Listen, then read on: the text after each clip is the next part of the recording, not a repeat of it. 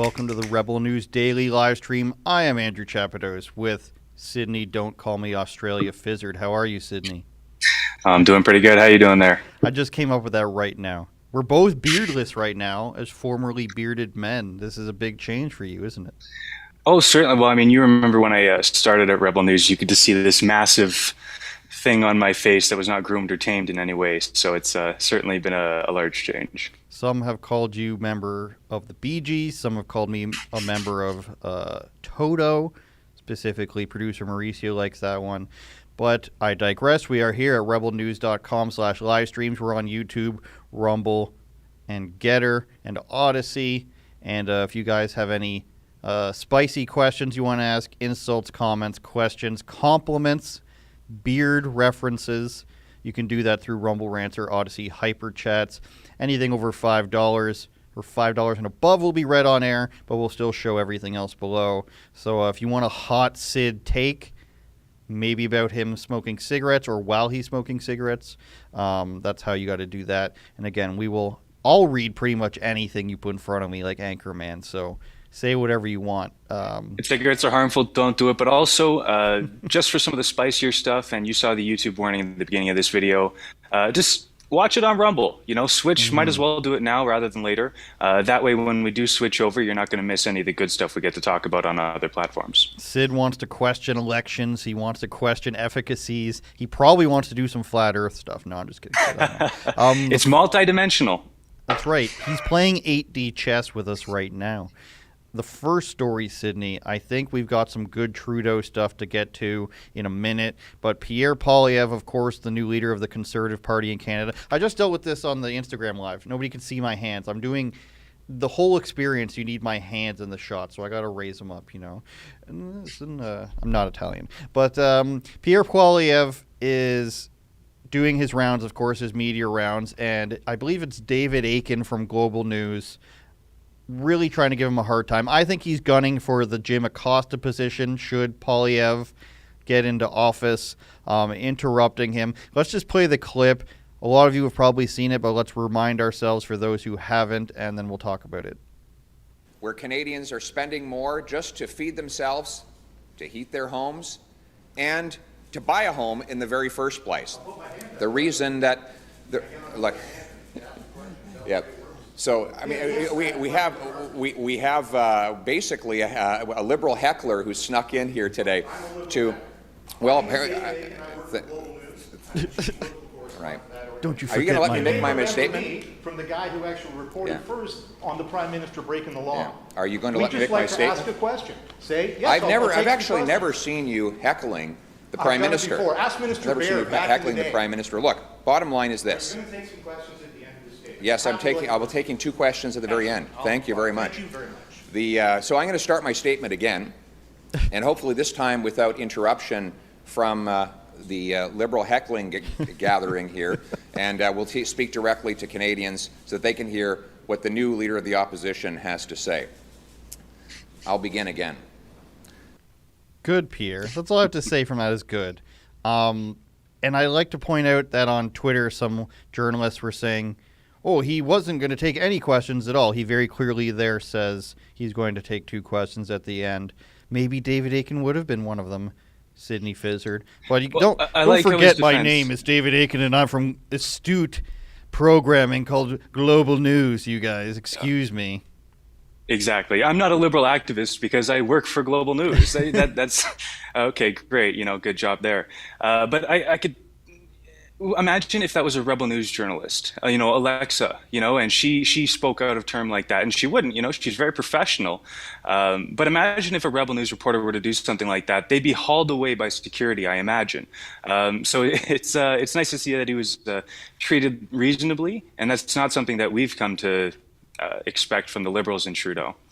Well, let's remember that David Akin is I'm guessing, at least mid-50s man who will openly lie online until he's caught. Yeah. If we go back, I think it was last year, producers, when he talked about the bus, Justin Trudeau's tour bus, Abdusalam Bazurgan, a.k.a. Mocha, was there. He got footage of protesters halting the bus. I believe they were people who were in support of Indigenous communities for A reason that escapes me right now, probably clean water, because Trudeau really does not get along with the Native community at large, and by that I mean they often butt heads, and he often gives them a lot of attitude, more than he gives anybody else.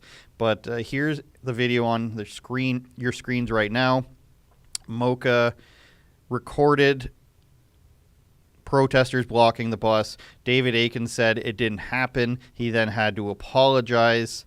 And then, of course, he'll go ahead and block you for that. Mocha's hair there, though, wild and out of control. So this is the guy we're dealing with. He's very, mainstream media. He's very serious about his job. At least Jim Acosta doesn't seem to take himself that seriously. He kind of played the game a little bit with Trump, and he knows that he's like playing the bad guy there, depending on which side you are. But David Akin's one of these reporters who's just like, if this wasn't mainstream media and they had to survive without being on cable news, or actually, sorry, basic cable, it's Channel 3 here in this area, it always has been. And if they had to survive online or something, they would just get demolished and he would lose his job. But in these newspapers and on these networks, as long as you don't screw up, you're probably not going to lose your job. And when you look at a guy like David Akin, there's no room for funny business. He's straight hardcore downline. You can't call me a liberal heckler. I questioned the Prime Minister back in the day. 25 years ago, I was questioning, I don't know, insert old Canadian political name here, but that's the type of guy he is. You're probably not going to get that level of seriousness from a modern reporter. And I think, Sydney, and I'll end with this, that even when you get, like Jim Acosta, I forget the other woman's name, dark hair from CNN, that always got in dispatch with Trump, even they, whom I do not hold very highly in terms of journalism or credibility, they sort of just go, okay, I'm just going to ask my question anyways. There's a certain level of professionalism you are supposed to have. Now, I'm not saying I would have it. I'm not saying that at all. But when you're in this press pool right there, right at the front, you're not supposed to be interrupting them. And if you watch the whole video, you can see going back to right when he comes out, he starts then. So Pierre Poilievre, good job. I don't know what other thoughts you have on that, Sid. Go ahead. Well, a lot of these journalists and those who are, let's say, on the left, quotes in quotes, they fail upwards, and this is something that you've mentioned as well, where they'll make a mistake, they'll do something horrible, but at the end of the day, it seems to have worked out in their favor because of whatever treatment they're being given from high above. All right, let's read this apology. Lots of readers/viewers called me about today's Parliament Hill presser. Many said I was rude and disrespectful to Pierre, tagged very brave. I agree. I'm sorry for that. We all want politicians to answer questions, but there are better ways of making that point. But they don't do this to Justin Trudeau. That's the thing. Like, when a guy's taking away your rights, Doug Ford, Justin Trudeau, when these people are literally taking away your rights, forcing you to cover your face, forcing people into hotel rooms to quarantine, some people were poisoned, some people alleged sexual assaults, etc., forcing you to do all these things, vaccinations. And you don't interrupt those people, and you don't scream at them in any way, shape, or form, a little or a lot, and you don't demand they answer questions. And then you go to a guy like Pierre, however you think of him, he's just the new leader of a party, and you're yelling at him like he's, a Stalinist or something, or Hitler in 1936 or something, and you really want to get to these answers before he even has the chance to take office. I mean, there's a time and a place for everything, even if it's getting a little bit non-delicate, let's say, with politicians. But all of a sudden, a few people call him, and you're right, you guys, even though I'm David Akin of Global News, I apologize, and I shouldn't be doing that. Like you're a 50-something-year-old man, I assume, and a few phone calls or tweets are going to make you change your tune. He's playing the role that he thinks he's supposed to play here when he says, I apologize. He's going through the motions, the liberal motions of, as long as I have a Twitter apology, then I'm safe, and the leftist community can then accept me back again. It's like when somebody says, I suffer from privilege. The Prime Minister himself, I've been blinded by layers of privilege for decades, and I'll work on that. It's all a fantasy world, and does anybody really care what David Akin has to think that's under, 50 years old and voted for Justin Trudeau? No. The answer is no. I'm sorry, David Akin, but you're not relevant in the political sphere. Nobody's going to you to be like, I can't wait to see what David Akin has to say about this. And to take yourself so seriously, it just opens you up to ridicule like this. And if you're just going to fold when people call and complain, just be sure of yourself, bro. You're 50-something. Have some confidence in yourself. Did you do something right or did you do something wrong? Stand up for yourself. If you're going to do it, then at least stand behind it, okay? Yeah, I'm surprised to see this kind of adolescence from a seasoned journalist. Seasoned. So, but we can move on. Spicy and seasoned. Next, we have Justin Trudeau, I believe, getting asked if he wants to run for re-election, knowing that Pierre Poilievre is going to be running against him. There are rumblings and rumors, Sid, I'm sure you've heard them as well, that they want to call it yet another election this October. Usually they do that when they want to get justification for, further lockdown, further restrictions, some big changes. And why shouldn't they? If people are going to vote him in, then that is a vote, literally a vote of confidence. So let's see what he had to say about that. Mr. Poilievre's rise influence your decision to stay on and fight?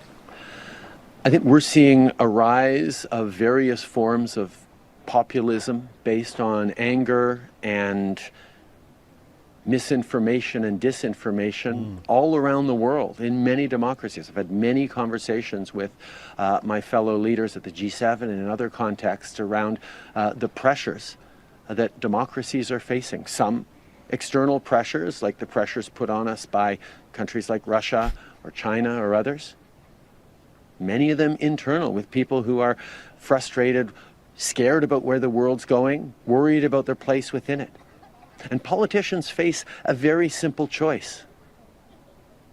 Do you allay those fears and empower people and show them how we're going to build a better future? Or do you amplify those fears for short-term political gain? It's the kind of conversations we had in the 2015 election, and it looks like it might be the kinds of conversations we're going to have again, with the Conservatives choosing a path of amplification of anger and misinformation instead of actually figuring out how to respond. Anyone can talk like this, Sid.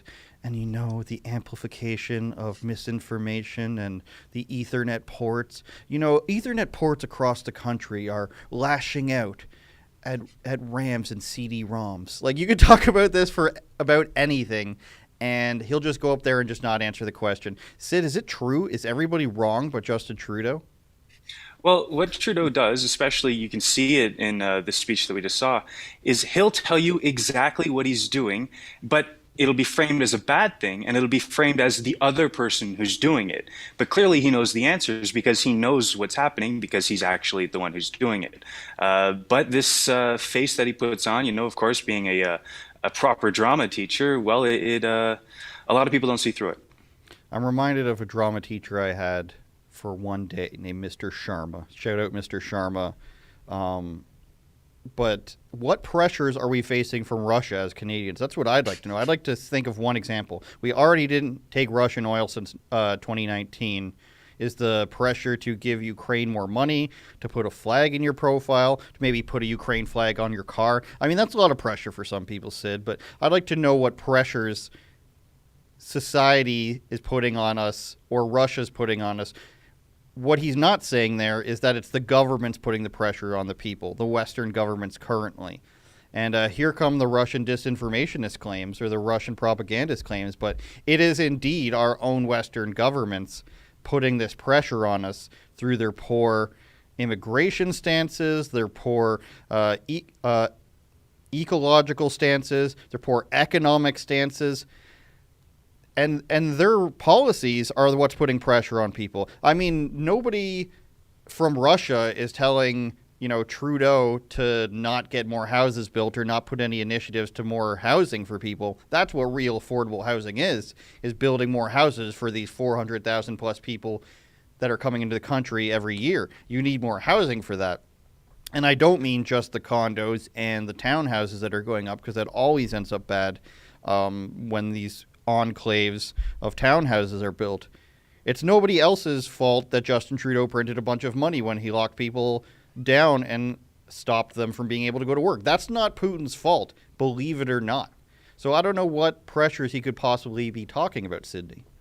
Well, and you think about the situation between Russia and Ukraine, and we're doing sanctions or this or that, or we're sending military supplies to Ukraine. Well, none of this is actually effective if Trudeau's goal is to go after Putin and to go after Russia. What you want to do if you want to take them on and you want to take down their economy is take over their market share of oil and gas across the world, especially in Europe. Now, we could have been supplying energy to Europe and to the rest of the world to offset Russian oil and Russian energy.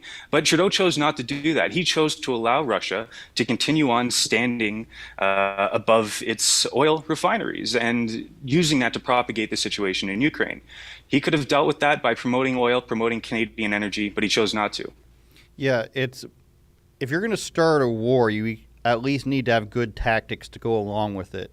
And you can claim a whole number of factors into the war, but the war happened, still happening, and instead of capitalizing monetarily with oil and providing oil to those nations, like you said, they just allow that to go to Saudi Arabia.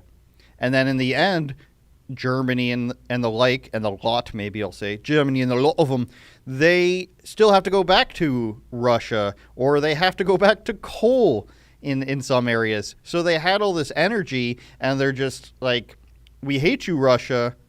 Oh, but now you're not going to provide us with energy, Russia? What's going on here? So that was some articles that I read a couple weeks ago where they said, Russia's withholding gas from Eastern Europe now, which is obviously not the case. Maybe they are refusing to sell it to them now that they're funding Ukraine's side of the war, but Russia is still having to burn off a bunch of natural gas that they're used to providing to other people. Maybe they're doing that to mock them. I don't know. But the idea that you just engage in this war, fund one side, which then becomes a proxy war, just like Iraq or Afghanistan, where, for example, when you're funding that, whether you're fighting it or not, you can't just, dip your toes in and just be like, we'll just provide money and just wash ourselves clean of it. I mean, the best they could have done, or the least they could have done, would be to use this as an opportunity to make more money for themselves, for the country, for these oil companies. But they can't even do that properly, Sydney. They can't even be crooked well.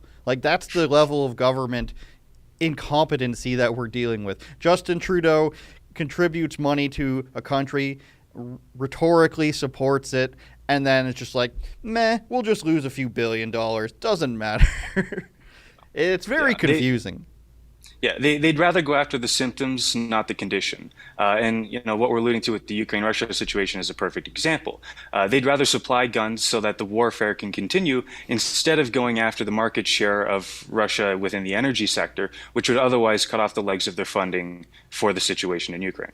And there was a stark decrease for the ruble at the start, and then it has since gone back up to gone above where it was before the war started. So in the end, Can I say we should go back to the gold standard? Too late for us, I think. Wow, Sydney. What would the Rockefellers think, okay? Think of the poor Rockefellers. Jeremy Lafredo out of New York had a good story about the Rockefellers recently. But I digress. He looks like Seth Green. We won't talk about that. There is a quote from Melissa Lantsman lately. She is the member of the Federal Conservative Party. Say what you will about her. The two sides are she stands up for freedom. The other side is she's a big business lobbyist. And you can ask other rebels who have interviewed her about that if you're more into that. But now she is talking about the Prime Minister, and what's this say here? Melissa Lantsman says, I'm old enough to remember that the Prime Minister called an election and weaponized vaccine, calling everyone who disagrees with him racist and misogynist. Now, there was, of course, they always save it for French language, Sydney. You remember Justin Trudeau going on that show saying many of the truckers are racists and misogynists, and he alluded to other things in English as well. So this Toronto Star columnist, Althea Rod, she writes for something else as well. Yeah, throw this clip up of Trudeau that you just had there. Let's play that, just to remind everybody. Qui croient pas dans la science, qui sont souvent misogynes, souvent racistes aussi. C'est un petit groupe, mais qui prend de la place. Et là, il faut His faire un French isn't choix even really en that tant que good, leader, Sydney. en tant que pays. We must make a Est-ce choice qu'on- as leader of the country est-ce to qu'on tolère tolerate ces these gens-là, people, ou est-ce qu'on dit, ben, voyons, or do we la say, plupart des gens, come presque on? 80% des I think Québécois ont fait ce qu'il fallait faire, se sont fait vacciner, on veut revenir aux choses qu'on aime faire. they C'est need pas to get ces gens-là qui vont vaccinated. nous bloquer. Maintenant, on est dans une quatrième vague. Fourth wave. qui Remember est waves, Sydney. presque entièrement des gens You're non talking about a vaccinés fourth qui wave being remplissent- dangerous. All right, let's go to her tweet. Althea Raj, columnist for the Toronto Star, and she says, clarification. You love when they speak so. Even if you don't like Melissa Lantsman doesn't know anything, you guys. She's just spreading lies. She wasn't paying attention. Remember that. Clarification. Yeah, let me tell you from up on high. Yeah. He didn't call everyone who disagrees with him racist and misogynist. He was talking about the aggressive protesters. Aggressive spelled wrong, I think. Who showed during the campaign when he said these protesters are people who don't believe in science, who are often misogynistic, often racist as well. So let's go over what Melissa said to see if this is accurate. Called an election and weaponized vaccine, calling everyone who disagrees with him racist and misogynist. So obviously by everyone, she means the people who everyone who disagrees with him. Did he call everyone who disagrees with him often misogynistic and often racist as well? I would say that's fairly accurate to say that if he's calling everyone who disagrees with him racist and misogynistic, and he says they are often misogynistic and often racist, I say that's pretty accurate. And then to say this tweet, Althea, it's really just this like weak attempted dunking on people. And it's obviously a big problem on Twitter that you have to deal with if you're on that platform. The desperate need, especially amongst leftists who get some sort of pleasure or satisfaction over making their quip, being the coolest kid in the chat for 30 seconds. Clarification, Melissa Lantsman, who doesn't work for the government and therefore doesn't know anything about what Justin Trudeau said while she was campaigning against him. He didn't actually say that. Was that worth it, Althea? Did you really get the dopamine hit that you hoped for there? That's what I want to know, Sydney, is typing that up. A lot of people type things up, myself included, and delete them and say it's not worth it. But to press send on this one, Sid, was that the dunking moment she hoped for? Help me understand, expert Sydney Fizzard. No, absolutely not. And just for a clarification, when she's talking about the aggressive protesters, we saw there was raves, there were bouncy castles, barbecues. Crime literally went down in the city of Ottawa during the convoy to Ottawa and while the convoy was there. So realistically, you want to talk about aggressive protesters. Well, millions of Canadians were being called terrorists because they were tired of Trudeau's actions against them. So, maybe she should have a seat and leave the talking to the big boys. Misogynist Sydney Fizzard comments on misogyny. That's going to be I always like to think of the Dean Blundell point of view. Let me just say, F-bombs in there. And I can't prove this because it's so long ago, but it must have been 10 years ago. I was working in retail, and I had to, welcome the guests who would come into the store. And, it was a time when the LGBTQ thing was kind of picking up with the pronouns and whatever. And I said, hey, guys, welcome to the Lego store. Wow. And this person got upset at me because it was a mom and her daughter. And before I had said that, I had Googled, is guys gender neutral? The term guys, G-U-Y-S. And Google said yes, it was. And that's why I went with it. But either way, they were offended beyond all yards. So, whatever. I'm going to say big boys. Don't take it personally, ladies. No offense. All right, we're going to go to an ad here, and we will come back to you guys with more Trudeau love and a little bit of stuff, some content from the RCMP, and if people support them or not. We'll be right back. Well, the remains of 215 children have been found in a mass grave in Canada. Do you want to get closer to the truth about what was actually buried at Kamloops Indian Residential School last year? So do I. That's why the Rebels are doing a live screening in Calgary at Canyon Meadows Cinemas, and we want you to join us. We'll be there to watch this documentary with you, meet and greet you, and answer any questions that you have. I can't wait to see you. There's more info below.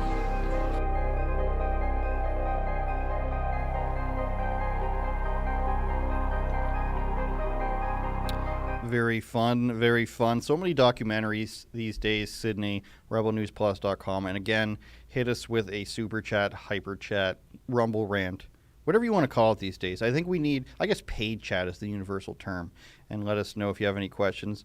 Opinions on David Akin, opinions on Justin Trudeau. Are we wrong? Maybe we are. This, despite what people say on the internet, I saw something directed at TV's Lincoln Jay the other day. Isn't it, maybe you're just a liar, Lincoln Jay. Somebody once said that you guys lie. And it's just like, whether people want to believe it or not, this isn't some, we don't have a grand scheme going here. There's no basement where we have bats flying around coming up with narratives. I love the old website was purchased before something happened narrative. That's my favorite one, as if the people working in the back have this grand scheme going on behind dark, foggy doors all the time. But it's fun. It's fun to be in this sphere and watch people come up with their narratives about us, Sid. There's this little Instagram post I saw earlier today, and it was like it was some quote, and it said, "Some people feel the rain, others get wet." And if you're a rebel, you're certainly feeling the rain, and you know it's yellow, and you know where it's coming from. But unfortunately, a lot of the okay, I'll leave it there if it's not. What? Yeah, but some people know they're being alleviated on, and others don't. Well, I recall a time when we were called controlled opposition from the UN. You just got to lean into it. Yeah, the UN pays me tons, you guys. So does the NBA and the UFC. So Trudeau has announced, and this is one of those wonderful things like they did in California, an inflation relief bill for low and medium earners. Low earners sounds so disparaging. You're just a low earner, so we're going to have to help you out. But I get what the idea is. The idea is never actually the action with our wonderful, let's call them WEF leaders du jour. But taking people's money after you've printed a bunch of it and then giving it back to them doesn't make sense to me, Sydney. Now, people are going to say that's not how it works, is what they love to say. But when you print money and don't tell some of the CBCers that, because it's not literally printing money, you guys. But so you create all this monetary fiat, and then there's too much of it, inflation goes up, and you're like, you know what, inflation's too high, we're going to give some of that money back to you. To me, the solution is just don't do that in the first place. What am I missing, Sydney, as we give $4.5 billion in inflation relief? No, you're not missing anything. This is a stab in the back, basically, from Trudeau on the inflation. It's just, yeah, the answer is print more money. And I think we talked about this previously, and it's just going to keep going down this hole, and it's the snowball effect. You know, you throw a snowball off a hill, and it'll roll, and it'll get bigger, it'll get bigger, it'll get bigger, and eventually it'll crash. And that's what they're lining us up for. But if he's going to go into election, which I don't think he's going to win, then he's going to leave it for Pierre to clean up. Well, that's what the Liberals did in Ontario before Doug Ford came in. They put in all these relief packages, of course. They put in stuff for free medicines and child care so that they can say the next party, oh, look at the stuff they're taking away from you. And that was the wonderful Liberal leader of Ontario who gave way to Doug Ford, which many people loved for a short period of time until he locked them down. So if that's what Justin Trudeau's idea is here, is spend a bunch of money so that when another person comes into office, maybe it's going to be Jagmeet Sid, you don't know. They have to deal with that, and then they can say, look how bad the economy is doing. I mean, it's a good move. They try to do that in reverse all the time. Like with Obama, they say, you know, his economic choices and policies were so good that Trump was seeing all the benefits from it. And I guess, you know, no world leader can ever take credit of 4 years worth of policy if that's the case, if that's how it works in that world. Well, go ahead. Honestly, just hearing what you were saying, I'd love to see Rob, if he was the mayor of Toronto during the COVID times. I think that would have been quite the ride. Would have been quite the ride. I wish there would have been a good movie. Rest in peace. About Rob Ford. There was a bad movie about Rob Ford where the guy playing him was in terrible makeup and a fat suit. I believe they got, I don't know how familiar you are with Band of Brothers, Sid, but Major Winters, like the main guy, he played Rob Ford, I believe. And he's a tall, not fat guy. So rest in peace to him. If only Chris Farley was alive to play him, I think that's the obvious choice. there. I think there's probably like a fake trailer of Chris Farley as Rob Ford from the movie Black Sheep, where that's about an election, and I think somebody cut that together. There's been a survey asking people about their trust in the RCMP in their town and nationally. If you're not aware, in rural areas, the RCMP is used as a police force when there's not a police force present, along with, some highway stuff and that, just like the OPP has jurisdiction in some places. But the RCMP is used as a police force in some parts of the country, and there's been a survey that says only 35% of Canadians trust their national leadership. Now, I read that and I was like, wait a minute, that's kind of high if you're talking about election terms. You only need 34%, but when you swing it around, there's only a yes or a no. So 65%, 2/3 of the country don't trust the national leadership, and I'm guessing a lot of this might have to do with the stuff that went on in the East Coast, the mass murder out there. I had some relatives that were affected by that, and when you put that on top of the lockdowns that were happening, and so you have all these problems, and then you can't go to your homes. And the East Coast is a big supporter of Justin Trudeau. The federal government's in charge of the RCMP. It's no wonder to me, unless I'm missing something you can think of, Syd, why support would be down when already for decades people have been saying the RCMP's hiring practices are not fair. And, what do we even need for them for? A lot of the times people ask whether they know that they're police in some jurisdictions or not. Is there anything else you can think of on that? How many people got trampled by RCMP horses in Ottawa? And there were 3 excavators in Coutts that were destroyed by the RCMP, and other behavior that the RCMP committed to while they were at the blockade in Coutts. So they've certainly lined themselves up for clearly 35% of Canadians trusting national leadership. Well, that comes as no surprise. Yeah, but do you think the national support of the blockades and such and the protests overlaps there? Because I think the majority of Canadians were against, the border blockades as opposed to the Ottawa. I'm not sure of the numbers. Maybe we can pull up a poll on support for the border blockades, but I think those were lower. Pierre Poilievre even came out and was like, I don't support illegal blockades of the border.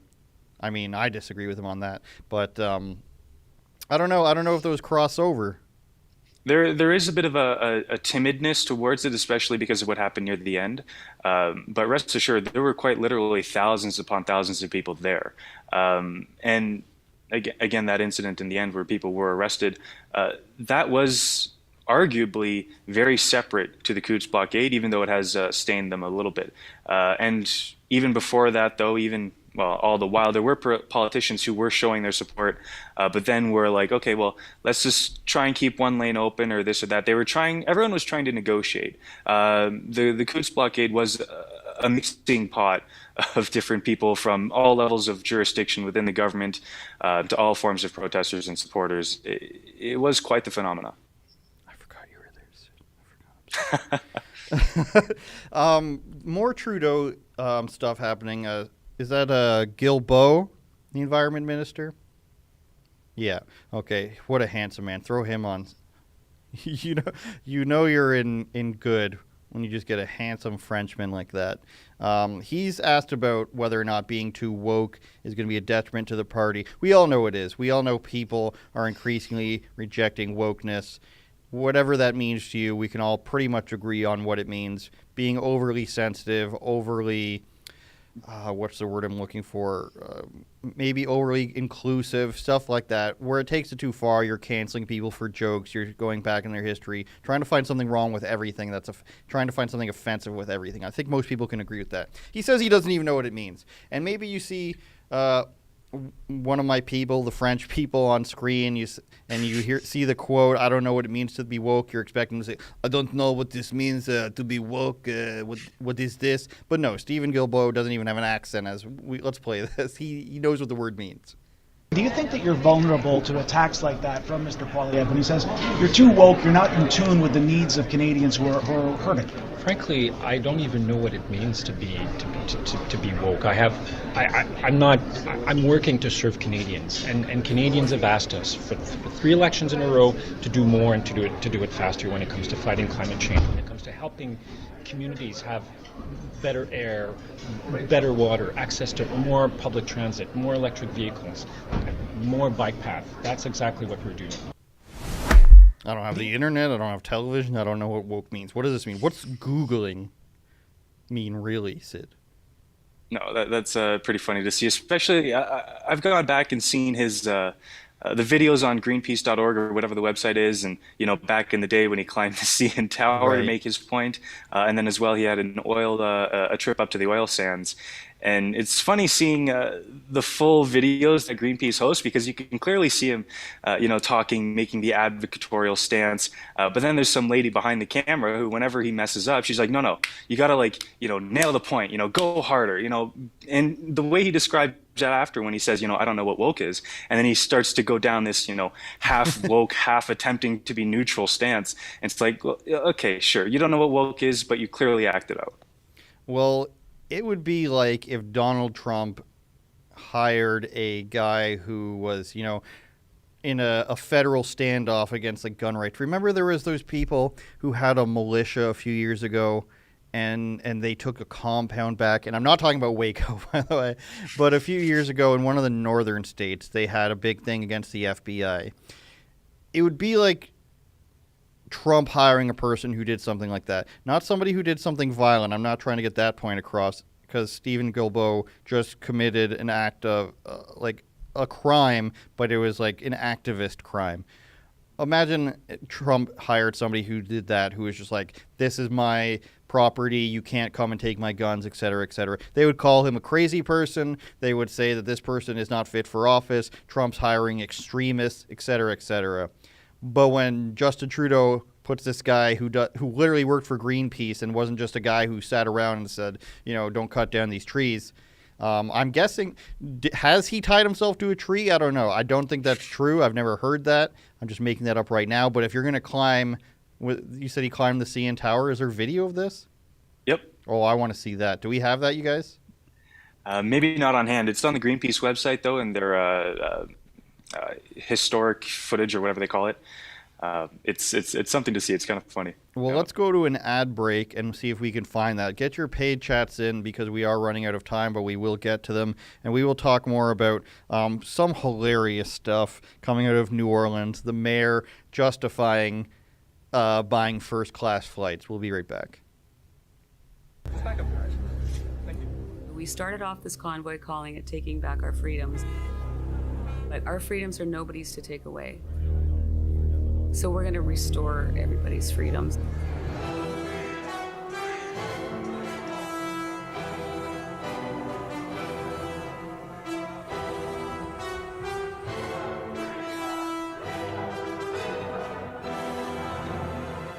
Lots of people came here wanting to only do a day, and the word with all the truckers is they're now staying for many days. A lot of people now are planning on days and days in Ottawa, so we are here to end the mandat.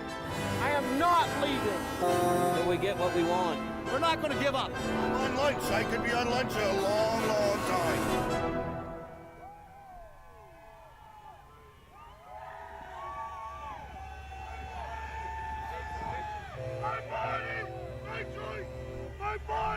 My choice, especially the choice for my child. RebelNewsPlus.com for that, where you can get Ezra's show, my show, and all the documentaries. I'm calling that a mockumentary. Mocha Pazurgan directing that. If there's one person I want to choose the music for a movie about my life, I think it's Mocha at this point.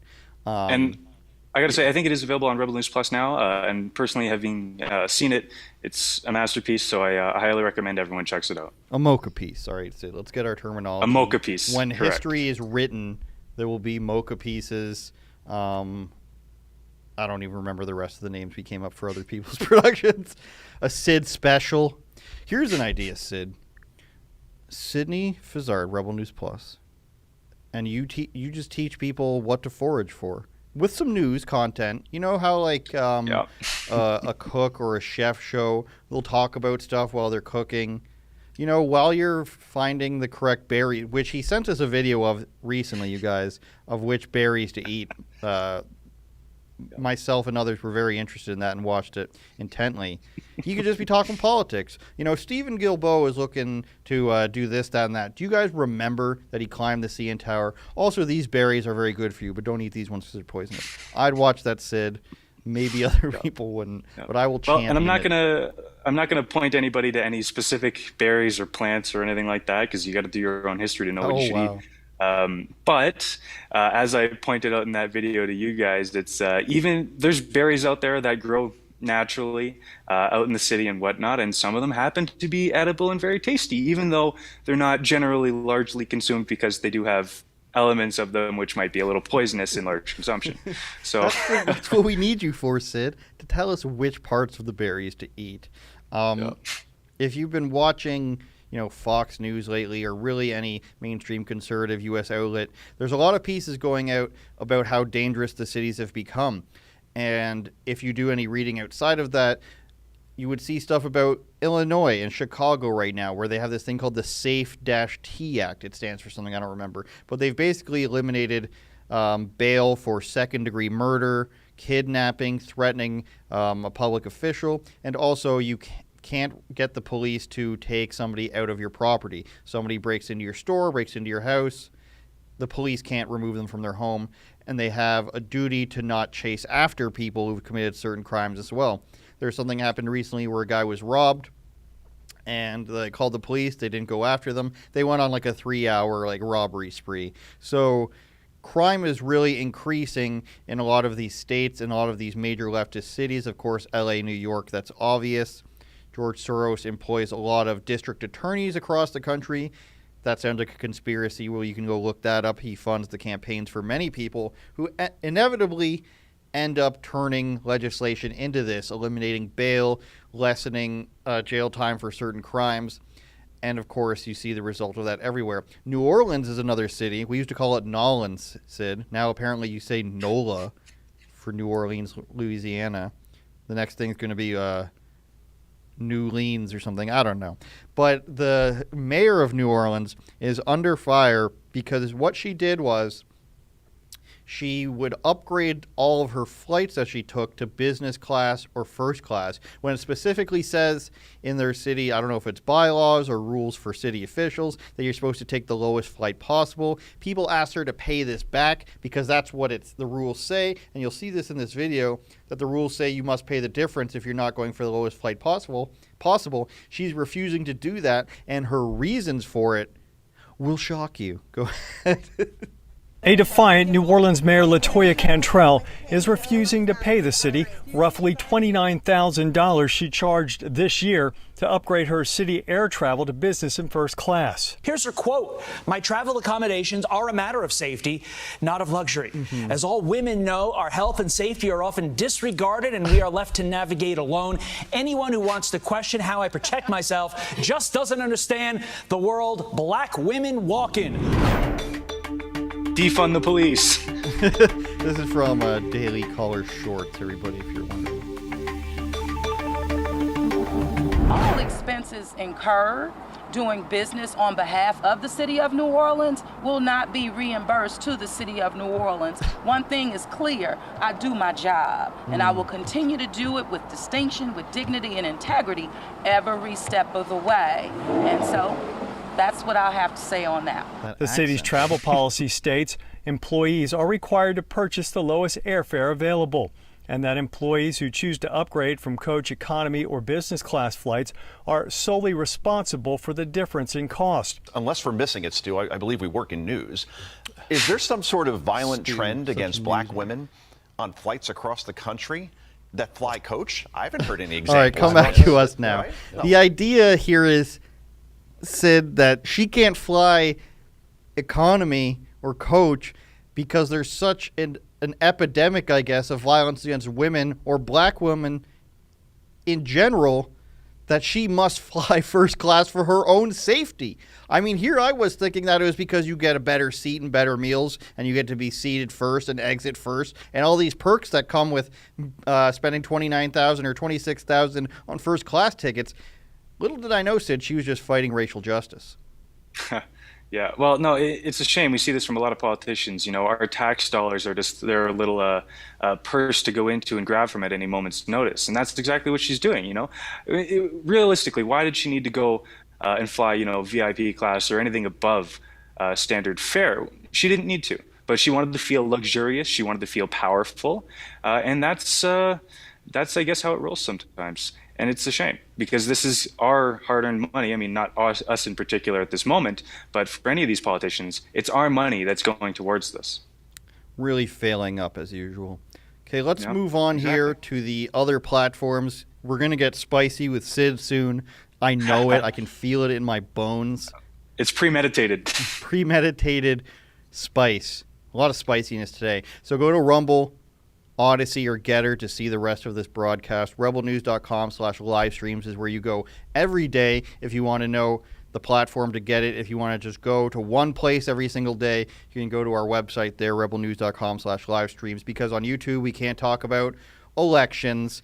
Are we going to talk about the 2020 election? Maybe it'll come up. But vaccine and vaccine efficacy, about any vaccine, of course. You're allowed to talk about masking now on YouTube, but other stuff is still a no-no. You can still get randomly banned for movies, for videos that are not published or years old. We've seen it happen. That's why we're demonetized. So please go to one of the other platforms, Rumble, Odyssey, Getter. We will see you there.